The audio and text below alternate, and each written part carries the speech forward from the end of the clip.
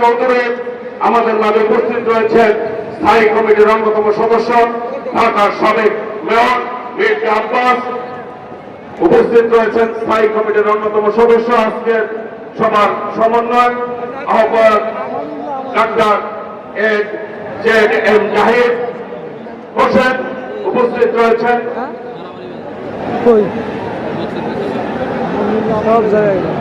Senior নেতৃবৃন্দ, অনেকেই উপস্থিত রয়েছেন।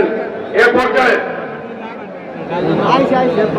আজকে এই র্যালির পূর্ব সমাবেশে উদ্বোধনী ঘোষণা করবেন এবং প্রধান অতিথির বক্তব্য রাখবেন।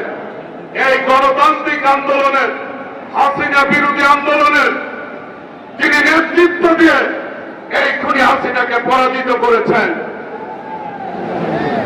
14 বাবা 14 সন্তান, বিএনপির বিপ্লবী ভারপ্রাপ্ত চেয়ারম্যান দেশ নায়ক তারেক রহমান এখন বক্তব্য রাখবেন।